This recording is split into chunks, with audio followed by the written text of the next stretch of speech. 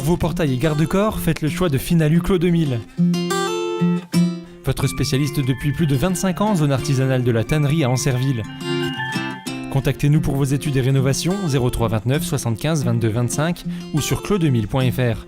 Ouvert du lundi au vendredi et le samedi sur rendez-vous. Vous n'avez pas envie de cuisiner ? Téléchargez l'application Break Food pour recevoir vos plats préférés à la maison. À Saint-Dizier et Bar-le-Duc, de nombreux restaurants sont disponibles sur l'application Break Food. Et cela, 7 jours sur 7, grâce à nos livreurs locaux, disponibles dans un rayon de 13 km. Break Food, l'application gratuite, disponible sur App Store et Google Play.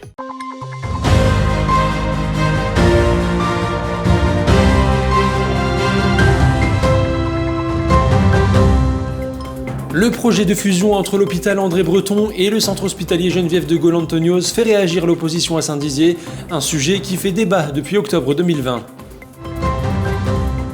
Bonjour à toutes et à tous, vendredi 7 janvier 2022, soyez les bienvenus dans cette édition du 15 minutes info. Voici les autres titres de ce journal. Les festivités de fin d'année sont désormais derrière nous, et vous, qu'allez-vous faire de votre sapin de Noël naturel usagé ? Plusieurs solutions s'offrent à vous pour vous en débarrasser, vous le verrez. Et puis, qui dit mois de janvier dit épiphanie, et donc galette des rois, une galette qui devrait vous coûter plus cher en boulangerie. En cause, l'augmentation d'une des matières essentielles à sa fabrication. Reportage à la toute fin de cette édition.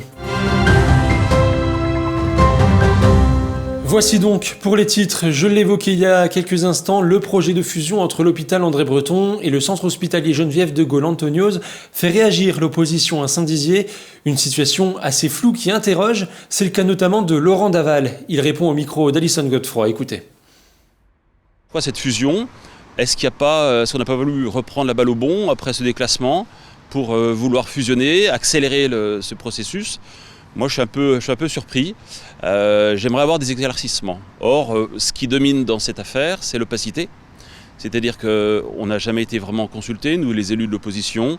La population bragarde non plus, pas vraiment mise au fait. Moi, ce que j'attends d'une fusion, si jamais elle se fait, c'est d'abord pas pour des questions uniquement de rentabilité. On sait très bien qu'il y a souvent le souci simplement de gagner du fric, on va dire les choses comme elles sont. Ce qu'on attend d'un hôpital qui fonctionne, c'est quoi ? C'est une bonne prise en charge des patients. Or, j'ai l'impression qu'ici, ils étaient bien pris en charge. Bon, on nous dit le contraire. Je n'ai pas tous les éléments qui me prouvent le contraire. Et je sais qu'il y a eu des propos qui ont été tenus par des responsables du GHT à l'encontre des personnels qui m'ont profondément choqué. Et un service public, ça doit être respectueux des personnels et ça doit bien prendre en charge, en l'occurrence ici pour l'hôpital, les patients. C'est ça que j'attends d'un hôpital. Alors si derrière cette fusion il y a cette prise en compte, pourquoi pas ? Mais il faudra voir aussi si l'hôpital Geneviève de Gaulle est capable d'effectuer les missions qui étaient effectuées ici à André-Breton. Je crois qu'il faut remettre de l'humain au cœur des problématiques hospitalières et des problématiques de territoire. C'est ce qui manque de façon générale ici à Saint-Dizier depuis des années, quoi. Voilà, c'est là qu'on doit progresser. On passe à notre chiffre du jour, vous le voyez apparaître sur votre écran, il s'agit de 107, c'est le nombre de classes fermées au sein de l'Académie de Reims au 6 janvier 2022. En 4 jours, elle a recensé 1198 cas confirmés déclarés d'élèves et 136 cas confirmés déclarés de personnel touchés par la Covid-19. Tout autre chose, à présent, il a été votre compagnon durant ces fêtes de fin d'année. Vous avez cohabité avec lui, je parle bien sûr du sapin, symbole de la fameuse fête de Noël. Si vous avez opté pour un sapin naturel, il est désormais temps de vous en séparer. Un crève-cœur pour certains, une banalité pour d'autres. Mais quelles sont les solutions qui s'offrent à vous sur le triangle ? Élément de réponse avec James Beaurepaire et Elsa Jacobet.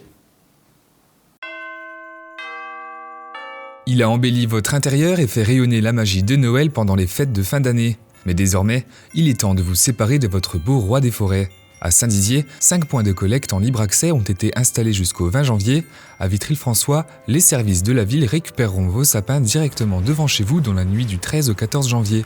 Mais ici, la communauté d'agglomération Bar-le-Duc-Sud-Meuse a opté pour une solution encore plus écologique. Il y a plusieurs solutions. Donc la première, c'est le traitement à domicile. Donc avec, non pas par brûlage, mais par broyage, donc avec une mise à disposition gratuite de broyeurs à végétaux par le service de la com d'agglo, donc sur réservation. Et donc ils sont mis à disposition aux habitants gratuitement pour pouvoir broyer leurs sapins et leurs végétaux, bois en tout genre, jusqu'à 4 cm de diamètre chez eux, et à condition de réutiliser le broyat directement chez eux aussi. La deuxième solution est alors d'emmener votre sapin naturel à la déchetterie dans la benne des déchets verts. Ici, il sera ensuite transformé en compost à la plateforme de Longeville-en-Barrois afin d'être réutilisé en épandage dans les champs.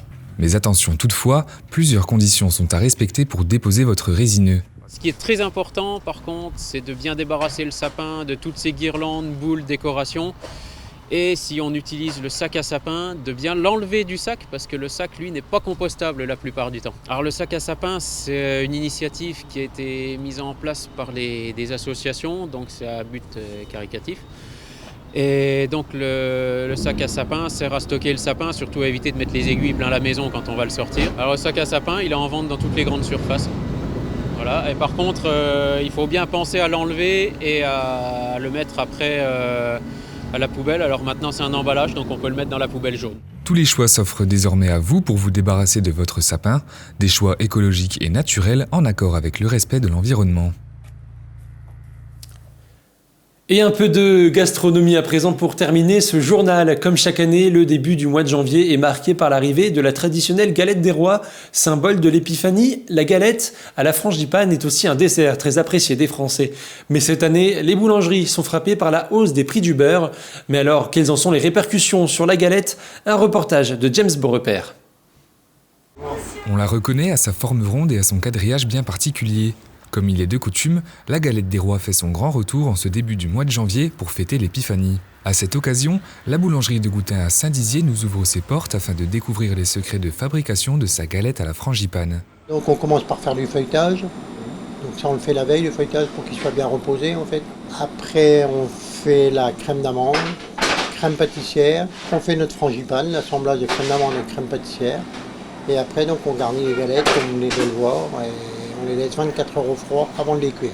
Du côté des employés, une chose est sûre, on ne chôme pas. En effet, la boulangerie s'attend à une production d'environ 2000 galettes pour ce mois de janvier. Là on en a cuit cette nuit, et je vais en recuire tout à l'heure vers 11h. On en recuit l'après-midi si besoin est. On en cuit toute la journée. Mais malgré une forte production, la réalité n'est pas vraiment croustillante. En effet, les boulangeries subissent de plein fouet la hausse des prix du beurre. Le beurre qu'on était habitué à travailler, on n'a pas pu l'avoir. Donc il y a eu des ruptures. Donc là, on est à 48% d'augmentation sur le beurre. La farine qui a flambé, alors là, et en plus, on a du mal à avoir la qualité en produit. Que ce soit beurre ou farine, on a de gros soucis à faire le feuilletage. C'est vraiment pas facile cette année. Pour moi, c'est la première année que je vis ça. Et on a déjà connu des soucis d'approvisionnement pour la poudre d'amande, par exemple, avec des flambées de prix aussi. Mais le beurre, on n'a jamais connu ça. On ne peut pas répercuter complètement en fait. Donc nous, on a augmenté de 20 centimes la galette par rapport à l'année dernière. Mais entre la farine, le beurre et puis tout ce qui est énergie, parce que les augmentations qu'on vient d'avoir sur l'électricité, le gaz et tout, moi tout électrique, gaz, à part le four à bois pour le pain, mais là c'est vrai que c'est dur. Hein. La marche ne sera plus du tout la même.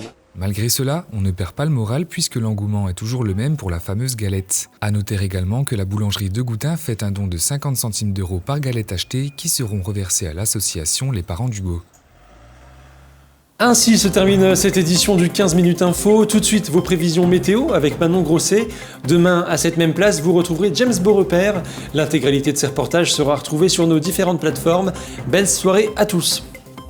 Toute l'actualité qui vous concerne, à voir et à revoir dès maintenant sur puissancetelevision.fr et sur notre application mobile.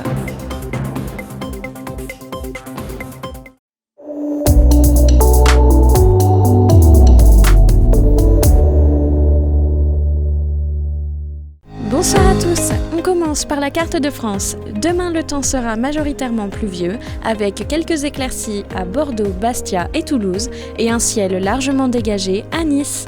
Comptez 12 degrés de maximale à Bordeaux, la température minimale sera de 0 degré à Metz. Du côté de nos villes et départements, le temps restera pluvieux, voire même neigeux, à Saint-Dizier, Langres, Bar-le-Duc et Verdun. Côté température, on restera dans les normales de saison, avec 0 degré de minimale à Langres, Commercy et Verdun. On attend jusqu'à 6 degrés à Vitry-le-François. Demain, nous fêterons les Luciens. Nous gagnerons 2 minutes de soleil qui se couchera à 17h12. L'information continue sur puissancetélévision.fr et sur notre application mobile. Très belle soirée avec Puissance Télévision.